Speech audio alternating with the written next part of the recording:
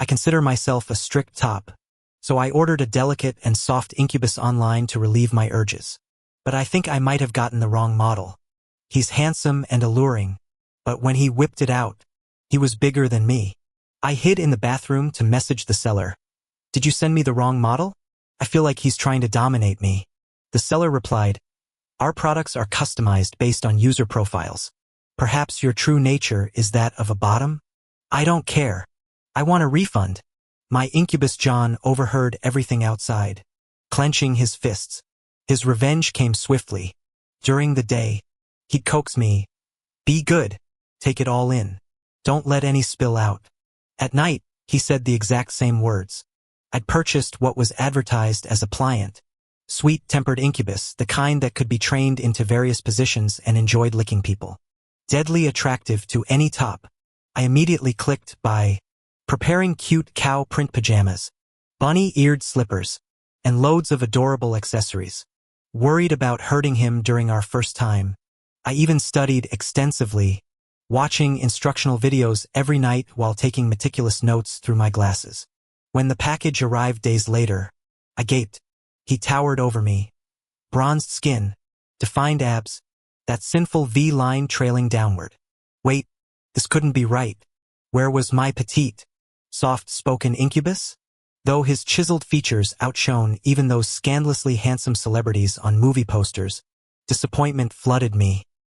He extended his tail eagerly. Master, I'm John Wilson. Ignoring him, I turned to the delivery guy. Wait, you brought the wrong order. John's tail drooped as the worker checked the tracking number. It's correct, he confirmed. Look again. This isn't the model I wanted. Scratching his head, the delivery guy insisted. Definitely not my mistake. Contact the seller. Sighing, I glanced at John now hanging his head like a kicked puppy. Guilt twisted my gut. He'd arrived excited for his new life, only to hear me reject him outright. After the delivery guy left, I awkwardly comforted him. Hey, don't be sad. It's not your fault. John looked up with wounded eyes. Does Master dislike me? No, that's not it. My gaze drifted downward as I swallowed hard. You're just slightly more endowed than expected. He murmured earnestly. Don't worry, Master. I'll make sure you feel good. His obedient attitude made me nod despite myself. So what if he wasn't the delicate incubus I'd imagined? Who said only petite beings could be bottoms? Maybe this tall, stunning demon could surprise me. We can't have succubus discrimination. As a top, I can overcome any obstacle with perseverance and determination. I quickly cheered myself up. Patting John's shoulder confidently, I said, don't worry, though it's my first time too. I stayed up researching. I promise it won't hurt. John nodded, eyes shining bright. I gave him the grand tour of my house, introducing every room. He stuck to my heels like an obedient golden retriever, all clingy and adorable. When we reached the massive king bed in my bedroom, I asked, so, like the place? Anywhere with you feels like home, Master. His velvety voice carried undertones of longing. Damn, this succubus knew how to flirt. Clearing my throat to hide my burning ears, I asked, you know why I brought you here, right? His gaze turned molten. Yes. When do you want to practice? I hedged, adding hastily, only if you're comfortable. No pressure. John looked at me like I'd hung the moon. Whenever you're ready, Master. His eagerness made me blush harder. Let's shower first. Strategic thinking. I'd already showered before his arrival. Rummaging through my closet, I realized none of the clothes I'd prepared fit John's unexpectedly broad frame. Online shopping it is. For now, he'd have to wear my dad's old shirts. While John showered, my brother video called. My parents died young, he's my only family. I answered to find his succubus nuzzling his neck like an affectionate kitten. Acid green envy clawed at me. I'd wanted a succubus after seeing how sweetly his clung to him. Never imagined ours would be different. My brother smirked, shamelessly flaunting their PDA. Sorry, little buddy's clingy today. So, did your succubus arrive? I grimaced. Yeah, but he's not what I expected. How? covering my face. I mumbled, "Let's just say, he's packing more heat than me." Dead silence. Then my brother howled with laughter. "Ivy, did you accidentally order a power bottom?" "Shut up. You know I'm. Knowing you is exactly why I'm saying this." His tone turned serious. "There's no shame in switching roles." Competitive fire roared through me. "Watch me dominate him tonight. I'm claiming that territory." His succubus chose that moment to pout, kissing his jawline. "Hungry?" My brother cooed. "Be right there, sweetheart." Before disconnecting, "I'm a bit confused. Are you going to cook?" My brother raised an eyebrow. "Ivy, you're so naive. Incubi have intense needs. Good luck. I'm worried you'll be reduced to a trembling mess by tonight." He chuckled before ending the video call. Blinking in confusion, I shook it off and opened my laptop to review notes from recent educational materials. Adjusting my glasses, I circled key points with academic focus. When John emerged from the shower wearing low-slung sweatpants and glistening with water droplets, my gaze involuntarily traced the rivulets cascading down his sculpted abs. My throat tightened. "You're done? Then, let's begin." He knelt gracefully before me. "As you wish, master." Panic surged as I blanked on the first step. Before I could stall, John's fingers began undoing my buttons, his knuckles brushing sensitive skin. Tilting my head back, I feigned confidence. Experienced handlers supposedly make incubi feel secure. Such obedience. He murmured approvingly when I stayed still. His thumb grazed my glasses frame. "Shall I remove these?" "No," I stammered. "My vision's terrible without them." His gaze turned molten. "Then you couldn't escape even if you tried." As he pinned my wrists to the mattress, unease prickled my spine. Attempting levity, quipped, "Eager, aren't we?" John's answering smile held dangerous sweetness. His lips mapped constellations across my skin until pleasure overrode reason. When his hands wandered too boldly, I shoved him away. "What are you doing?" Hurt flashed across his features. "Serving my purpose." "Forgive me, master, your allure overwhelmed my restraint." "I'll go slow and gentle. Won't hurt you." My eyes widened. "You wanted to go slow? Be gentle? Not hurt me?" Those were supposed to be my lines. The pickup techniques I'd painstakingly learned from movies. He just casually spouted them? How was this fair? I scrambled backward into the bathroom, slamming the lock. My trembling fingers fumbled with my phone. The customer service chat stayed stubbornly offline. Desperate, I dialed the company directly, keeping my voice low enough that John wouldn't hear through the door. I hissed, "Did you ship the wrong model? This incubus is defective. Could you specify the issue, dear customer? Appearance dissatisfaction? It's not about looks. He's that special kind of..." I gritted my teeth. "Straight talk. I think he's trying to rape me." After checking my order, the representative sounded puzzled. "Our incubi are personality matched to clients. Perhaps your true alignment is submissive?" "But I ordered the sweet cuddly type." I protested. "This is false advertising. Maybe there was a mix-up. Have you considered giving this model a trial period?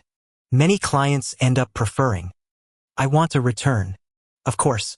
We'll initiate replacement procedures immediately." Relief flooded me. "As long as I can exchange. Please note replacements require 30-day processing. Meanwhile, ensure proper incubus care per the manual. Most importantly," the voice dropped, "do not inform your current incubus about the replacement. His profile shows extreme possessiveness, obsessive tendencies, and mild vindictiveness." 30 days? I swallowed hard. "Just hurry." Hanging up, I opened the bathroom door to find John backlit in the hallway. Shadows carved his sharp features, giving him that eerie horror movie vibe. Had he heard? His gaze pinned me like a butterfly specimen. "Continue, master." The purr in his voice made my knees weak. "And no," I stammered.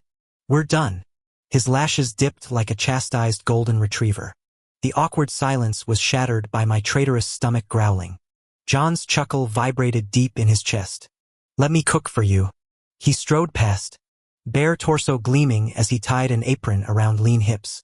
The kitchen's first proper meal in months materialized under his hands, tender pork stew, silken egg custard, even simple greens transformed into ambrosia. I shoveled food into my mouth while he watched with disturbing tenderness. Good? Wiping broth from my chin, I nodded. The dangerous thought crept in, maybe 30 days wouldn't be unbearable. Don't keep calling me mistress. My name is Ivy Peterson. Ivy like the Ivy League, Peterson like your favorite teacher. He nods, eyes sparkling with amusement. Got it, mistress. I sigh. If he insists on using that title, I'll let it slide. Setting down my chopsticks, ask, John, what do you think of me as your mistress? Pausing, add, if I'm not meeting your expectations, I can help you find a new owner. His expression hardens instantly.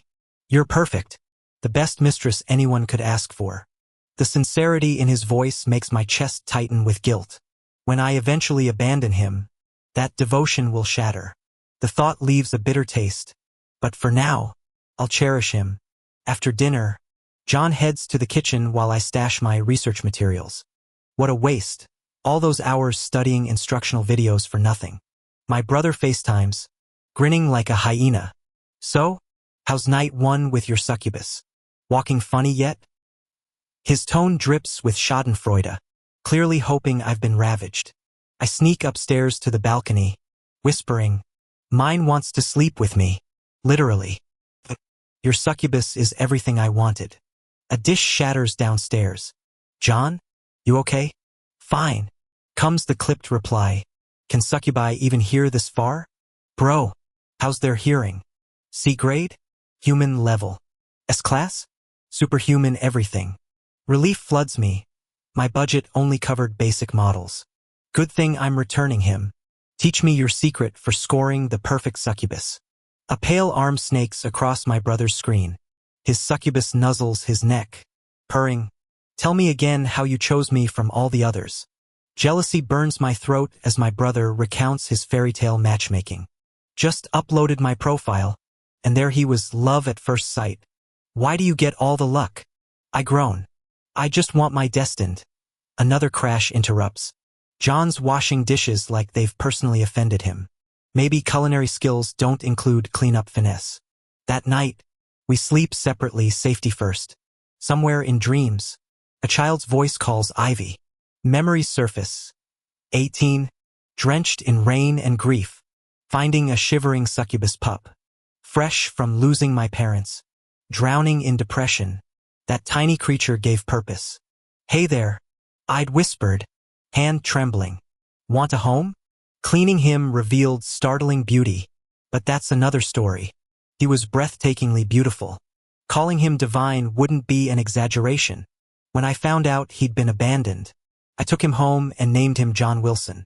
I was attending college back then, renting an apartment off campus. During daytime classes, John would stay home reading dense textbooks about Western economics, advanced mathematics, philosophy, subjects I could barely comprehend but he devoured with fascination. At night, we'd curl up together in bed. My terrible nearsight left me practically blind without glasses. He'd trace my face in the dark, murmuring, if you can't see anything without these, Ivy might have trouble escaping someday. I'd laugh it off.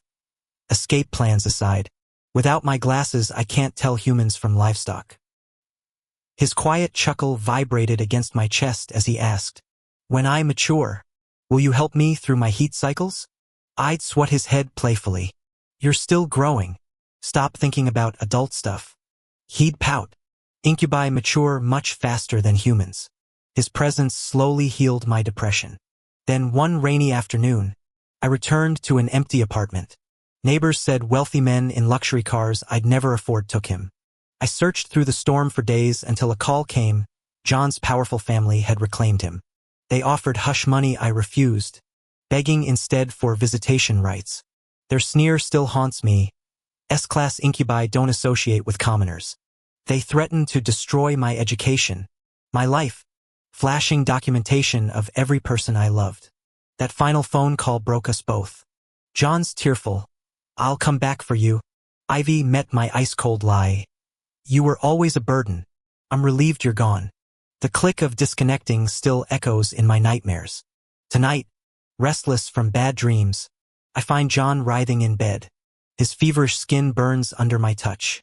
We're going to the hospital. I insist. Panic rising. He grips my wrist weakly. Not sick. Just. His blush explains what words don't. Fumbling for my phone. I call my brother. My incubus has a high fever but refuses medical care. The long pause before his reply makes my face burn hotter than John's. Are you sure it's not his first heat cycle? I recalled the incubus care manual's description about mating cycles. So it wasn't fever. Was he entering his heat? I bit my lip. But I can't possibly offer myself to him. I'm strictly a top. Ivy yawned lazily. Relax.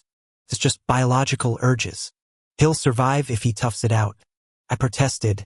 That's cruel. He's clearly suffering. Willing to take one for the team? Ivy teased. Absolutely not. My voice jumped an octave. Ivy chuckled. Kidding. Physical affection helps too. Kissing, cuddling, that sort of thing. Affection could work. Perfect chance to apply my research. Step 1. Remove restrictive clothing. My fingers trembled as I began unbuttoning John's shirt. John caught my wrist. Voice gravelly. Master? What are you doing? Cooperate. I chided, brushing his hand away.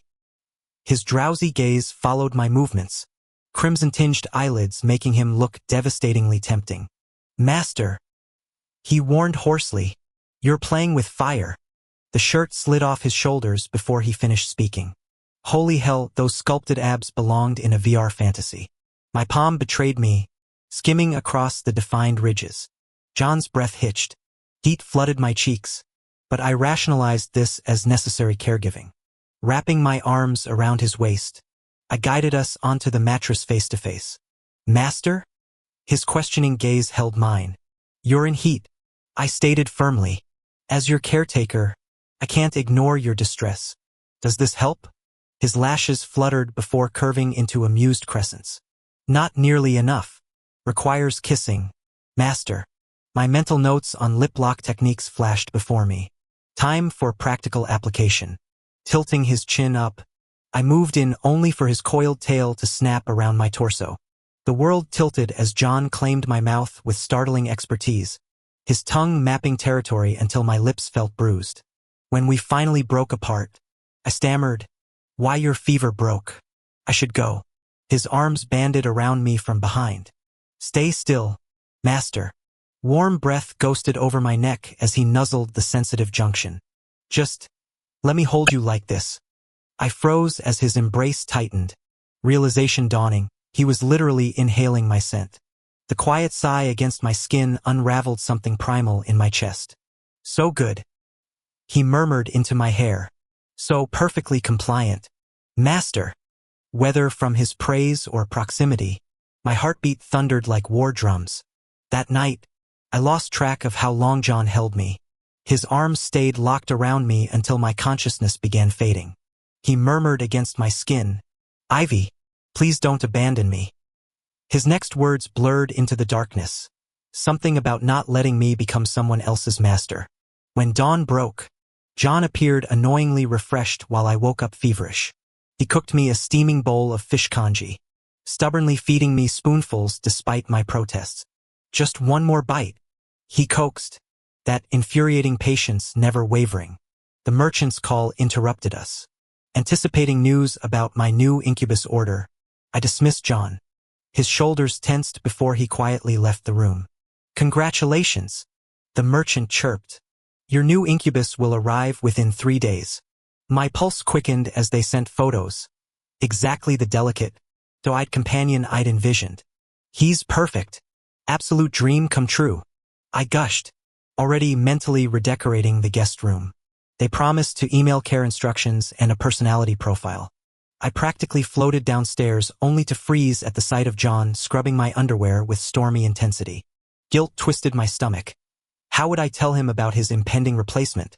2 days later, I stood in a home goods store clutching fluffy blankets and strawberry pattern mugs for the newcomer. But as I reached checkout, my excitement curdled.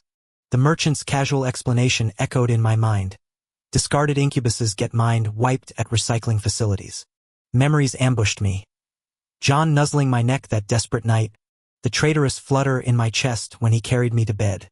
Could I really condemn him to some sterile lab where they'd scrub away every whispered Ivy and every dawn-lit breakfast?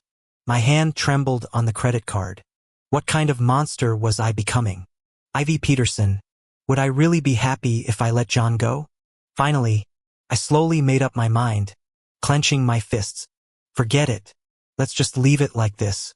I don't need a new incubus anymore. This one is good enough. Sorry for the trouble. Please help me cancel the return request. Making this decision, I was surprised to find myself feeling unexpectedly calm. When I returned home, John was wearing an apron and had prepared my favorite dishes. Today was my birthday. He'd arranged a candlelit dinner with a birthday cake bearing my name displayed on the table. John stood by the dining table watching me tenderly, his gaze soft enough to melt ice. Warmth blossomed in my chest. This kind of domestic life wasn't bad at all. No wonder my brother had become inseparable from his incubus once he got one. During dinner, John kept serving me portions. Master, eat more. You're too thin. I didn't notice the faint shadow darkening his eyes as he watched me. After the meal, I slumped in my chair, lifting my shirt to rub my distended stomach. John smiled. Master, are you full? I nodded. Yeah, completely stuffed. My phone suddenly buzzed urgently with rapid-fire notifications. Puzzled, I picked it up to find frantic messages from the merchant. Emergency! Our database was hacked. We just discovered our shop never had John registered as an incubus. Are you okay? Has he done anything to you? What? I tried standing, but dizziness crashed over me. My knees buckled as I collapsed back into the chair. John, you? John stood before me, gently covering my eyes with his palm. Master, be good. Just sleep now. Darkness swallowed me before my phone hit the floor. I woke to unfamiliar surroundings, opulent decor completely foreign to me. This wasn't my bedroom. Where was I? Heavy footsteps echoed from the hallway. Panicking, I scrambled to hide in the corner as the door silently swung open. John entered wearing a tailored black suit that screamed old money, silver cufflinks glinting coldly at his wrists. This polished stranger bearing John's face froze my blood. Beside him stood another man who appeared to hold considerable authority. Yet at this moment, the man gazed at John with deference, his eyes betraying inexplicable fear. I recognized him as the same person who'd threatened my future with that check years ago, forcing me to sever ties with John. John cast him an indifferent glance, causing the man to freeze in terror as though paralyzed. John entered and quietly shut the door behind him. I blinked in confusion. John? What are you doing here? The moment his eyes met mine, John's icy demeanor melted. Forgive me, Ivy. He whispered hoarsely, trembling fingers brushing my cheek. I couldn't bear the thought of you choosing another incubus. The idea of you sharing your affection. His voice broke, pupils dilating with barely restrained obsession. It drives me mad. Is that all? I massaged my temples. Let me go.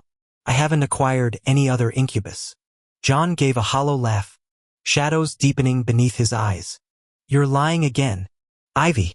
Naughty humans require discipline. Before I could react, he pinned me to the bed, his kiss devouring my protests. I shoved against his chest, face burning. Stop this. I saw you buying gifts for him. John's ragged breath scorched my neck, hands trembling as they gripped my wrists, caressing that photograph like it was treasure. You abandoned me twice before. Ivy. I won't allow a third time. Heat flooded my cheeks. It wasn't like that. Wait, Ivy? My breath hitched as fragmented memories collided. Rain-soaked goodbyes, lawyers' cold smiles, a boy clutching my sleeve begging me not to leave. The childhood nickname I'd buried with my broken heart. You're John? His smile turned bittersweet. I planned a grand reunion, but when I heard you ordering an incubus, his throat worked. I hacked the system, replaced your order. These past weeks, pretending to be your perfect servant while dying to claim you. John pressed his forehead to mine, tears dampening my skin. Don't cast me out again. I'll be good. Just let me stay. Numbness spread through me. This man was my childhood protector turned persecutor, the boy I'd mourned for a decade. The same aristocratic family that destroyed my scholarship now cowered before him. Memories surged. His tear-streaked face at 14, my cruel words in the storm, the decade of wondering if he'd survived his family's cruelty. Joy and resentment tangled in my chest as his familiar cedar scent enveloped me. John misinterpreted my silence, frantically wiping my tears. I'll accept any punishment. Brand me, chain me, just. His plea died as I grabbed his collar, crushing our lips together. Years of suppressed longing erupted as we tumbled into the sheets, his hardened length pressing against my thigh. The boy who'd shielded me from bullies now trembled beneath my touch, whispering broken vows against my skin between feverish kisses. Yours, John gasped, arching into my exploring hands. Always yours. Our childhood hideout's dusty attic transformed into this tangled nest of sheets, two fractured souls finally slotting together. His choked moans as I marked his neck mirrored the sounds I'd once drawn from him during secret midnight trysts, the same desperate devotion, now tempered with dark maturity. When I finally sheathed him inside me, John's tears blended with mine, his whispered pleas for forgiveness dissolving into wordless worship. The power dynamic had flipped, yet our fundamental truth remained, two halves of a whole, burning brighter through the cracks. Even if I were the biggest fool, I'd recognize his heat cycle was starting. I instinctively shrank back. Sensing my hesitation, John took a careful step backward. Don't be scared. I have suppressants, he murmured. Suppressants. My brother had warned me about this. When an incubus enters his mating cycle, he'll force himself to use inhibitors if his master refuses him. But I'd heard it was agonizing, prolonged use could damage their physiology. Seeing his bloodshot eyes, my chest tightened. I grabbed his wrist. Stop taking those. Doesn't it hurt you? My voice wavered. We promised. Remember? Your first real heat cycle, you'd give it to me. He froze. Seizing the moment, I rose onto my toes and crushed my lips against his. Electricity crackled through every nerve, incinerating reason in its wake. Before I knew it, I was pinned beneath him, clutching bedsheets as I arched to meet his rhythm. When he finally pushed inside, the intensity shocked me. Deep, overwhelming, yet unexpectedly euphoric. Maybe being on the bottom wasn't so bad after all. Morning brought throbbing lower back pain. John sat massaging my waist, his touch tender yet haunted by some unspoken dread. He'd installed me in his mansion like a pampered songbird, complete with black card privileges and monthly $300,000 allowances. Unspendable. I groaned, watching digits stagnate in my account. I could roam his family's luxury boutiques freely, provided I returned by curfew. Capitalist corruption had never felt so comfortable. Dinner revealed poetic justice. The gray-haired man who'd once threatened me now bowed obsequiously. My brother called later, oblivious. How's the new incubus working out? John eavesdropped silently. His revenge came swift, feeding me forkfuls at lunch while purring, swallow it all. Ivy, don't spill a crumb. He repeated the command that night, grinning as I choked back tears. Only after showing him canceled shopping sprees did he relent. My brother pressed again. Established dominance yet? John materialized, nuzzling my neck. Master's always on top. I'm just beneath her. Damn. Ivy. My brother whooped. Didn't know you had it in you. I coughed. Low profile. Okay. Post call. John's breath warmed my ear. Master. I need you. I pressed my heel against his abs. My back's killing me. He caught my ankle. Tonight, you take charge. Temptation 1. Except his version of being on top involved me straddling him while pinned against headboard. Blinded without glasses, I soon begged mercy through hiccuping sobs, only to stumble straight into his waiting arms. My brother was right. The succubus's needs are insatiable. No choice. I picked her up myself, so I have to spoil her.